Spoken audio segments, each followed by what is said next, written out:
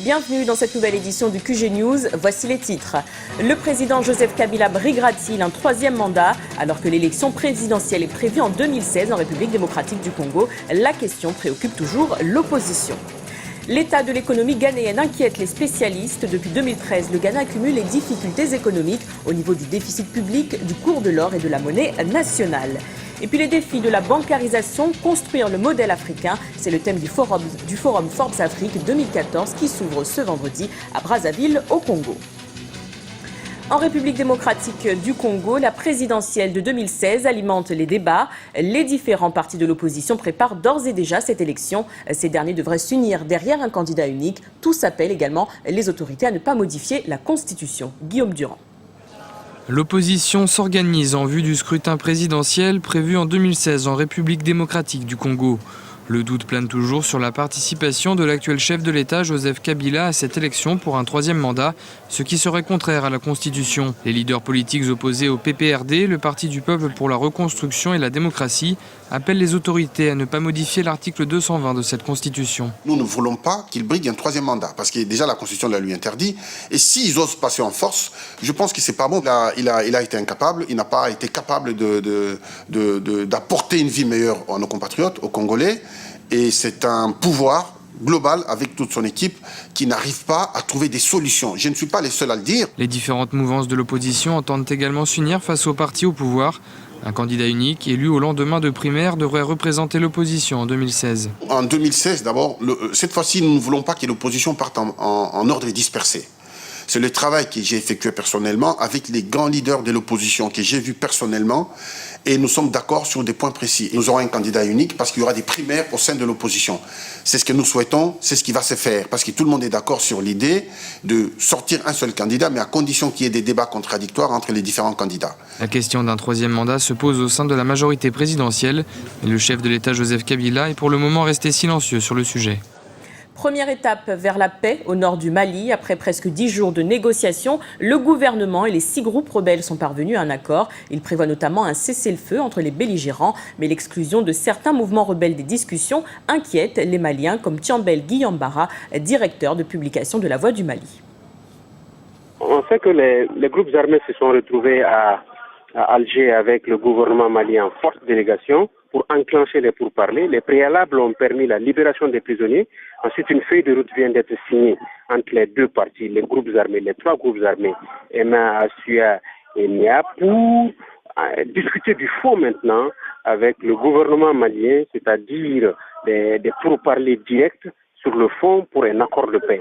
Un timing est projeté, c'est de bonnes augures, et que la signature finale doit se faire à Bamako pour entériner cet accord. C'est toute l'innovation. Mais maintenant, le plus dur est à venir. C'est-à-dire, c'est les discussions directes, les négociations directes et le fait aussi que quelques groupes ont été écartés parce que trop proches de Bamako. L'accord de cessation des hostilités signé le 23 juillet dernier entre les différentes parties au conflit en Centrafrique suscite de nombreuses réactions. Les acteurs des négociations se disent satisfaits, mais d'autres organisations qui n'étaient pas présentes à Brazzaville expriment leur pessimisme. Manifestation des Ghanéens à Accra ce jeudi. Ils étaient des milliers à avoir répondu à l'appel des syndicats de travailleurs en cause les difficultés économiques enregistrées par l'État, une situation qui a une répercussion conséquente dans le quotidien des populations. Kessie Martel. Chemise rouge et brassard assortis, bandeaux et pancartes de protestation. Les manifestants ghanéens ont tout fait pour interpeller le gouvernement ce jeudi 24 juillet. La marche était pacifique mais le slogan déterminé. Pour eux, l'économie doit immédiatement changer de cap. Les travailleurs du Ghana continuent à faire face à des difficultés économiques croissantes et sociales. La situation économique se détériore de jour en jour. Un nombre important de ménages ghanéens ont été contraints par les difficultés économiques actuelles de réduire sur leur bien-être et leurs besoins. Tandis que les entreprises suffoquent, les impôts sont vraiment élevés pour les personnes qui travaillent, soit la majorité des Ghanéens en fait. Pourtant, le Ghana est l'une des économies les plus dynamiques d'Afrique subsaharienne, mais c'est la classe moyenne qui connaît le plus de difficultés économiques. Le cedi, la monnaie nationale, a par exemple perdu près de la moitié de sa valeur face au dollar au cours de l'année 2014. Nous exprimons notre mécontentement face à la situation économique difficile que traverse notre pays. Et nous attendons du gouvernement qu'il nous écoute et qu'il fasse quelque chose. Ce n'est que le début. C'est notre signal pour dire que nous ne sommes pas heureux. Pendant 5 années, le Ghana a profité d'un boom pétrolier pour augmenter son produit intérieur brut de 8%. Mais désormais, les réformes fiscales sont légion et les consommateurs doivent faire face aux hausses des prix.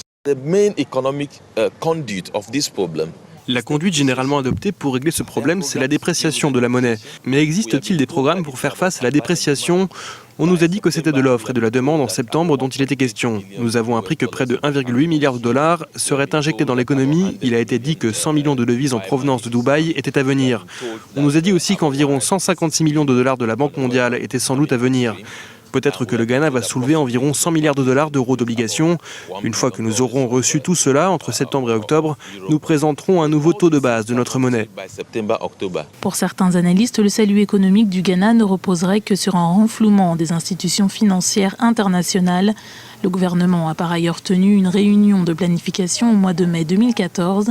Les nouvelles réformes n'ont pas été annoncées, mais le taux de la devise pourrait encore augmenter. Dans le reste de l'actualité, Brazzaville accueille la 3e édition du Forum Forbes Afrique, c'est 25 et 26 juillet. Faisons le point sur le programme et l'objectif des organisateurs avec nos envoyés spéciaux au Congo, Paul de Singwe et Marie-Angèle Touré. L'équipe d'Africa 24 actuellement déployée au Congo se trouve au sein de l'auditorium du ministère des Affaires étrangères de Brazzaville pour vous faire vivre, chers téléspectateurs, cette 3e édition du Forum Forbes Afrique 2014.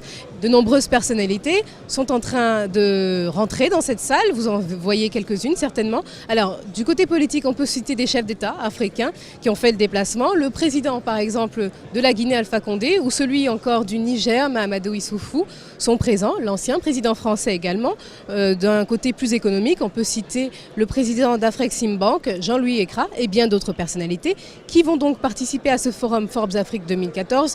Il y aura effectivement des discours qui sont prévus dans cette salle, mais également des tables rondes qui vont permettre aux acteurs politiques de réfléchir, mais aussi aux acteurs économiques de proposer des solutions, des initiatives, des innovations permettant d'atteindre la bancarisation, de relever le défi de la bancarisation sur le continent africain, car comme l'a rappelé le fondateur de Forbes Afrique, Monsieur Ebata, Lucien Ebata, seul un Africain sur 10 a accès à la bancarisation.